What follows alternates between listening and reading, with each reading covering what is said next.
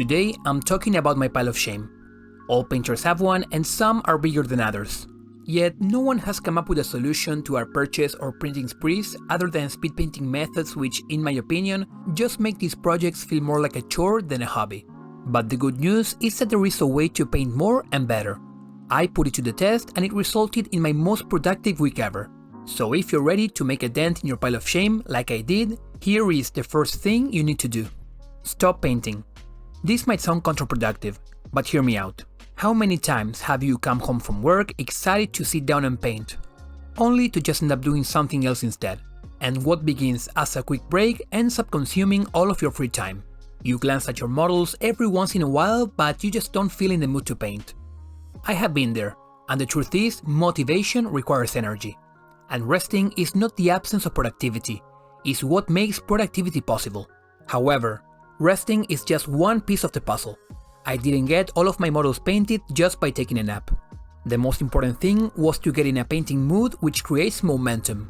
And I did that by taking inspiration and translating it to a new technique. But what does that even mean? For a long time, I've saved images of models from social media that caught my attention. Something most of us painters do, in the hopes of taking inspiration and achieving similar results. But trying new things can be scary, and the first step is the hardest. Therefore, I started small. One model, one shield, one technique. And it changed everything. I have always wanted to master that style where a colorful underpainting shows through in the shadows, something Craftwork Studio does a lot. I was rested, motivated and inspired, so I gave it a try. However, I didn't focus on the end result, as the first try when attempting something new won't always come out okay, especially when you're trying to figure it out by yourself using just a picture for reference.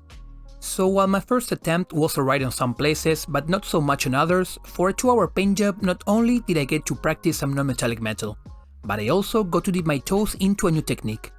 And when trying a new technique, you have to look forward to your second attempt, not the first. Your first try will just be a reference for you to improve on. But why are new techniques important? And how are you supposed to paint more if you have to add the learning process to your schedule? Well, remember how I said in the beginning, other than speed painting methods which, in my opinion, just make these projects feel more like a chore than a hobby. Think about how you feel after painting the same thing 10 times versus watching your improvement one model after another. I can tell you I got more joy from painting this one cape than after I finished a squad of Space Marines. Therefore, it is not finishing a model that gives us that rush of excitement to get onto another one, but how you finish it. In other words, think about when you started out and you discovered washes and dry brushing for the first time.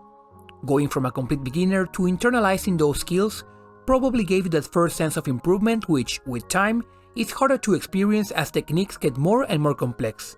That, I believe, is the feeling we are missing. And after I was done with my second model and I felt that sense of improvement, I was on a roll.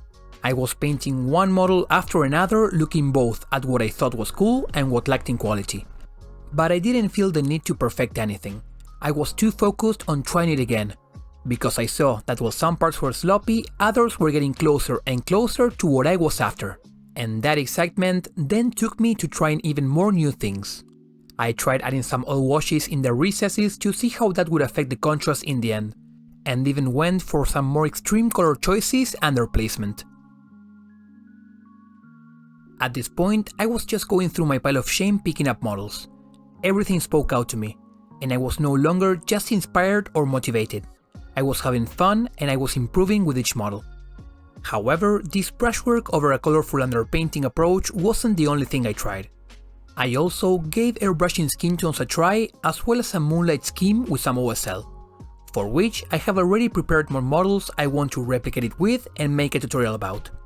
But before anything else, I took another rest to compile some of my ideas and make this video. If you are struggling to get your models painted or are just not feeling it lately, remember, take a break.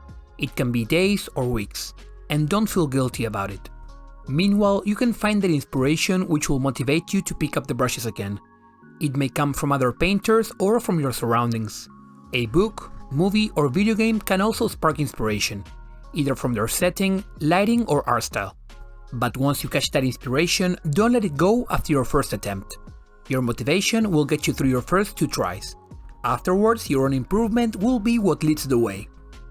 I plan to document the process behind tackling my pile of shame at least once a month, so that painters can see that it is indeed possible. I have unpainted models from Dungeons & Dragons, Warhammer, Trench Crusade, and even large-scale figures and busts. If you want to find out how I get through each challenge, be it volume, quantity, or complexity, join me next time in my Pile of Shame Diaries.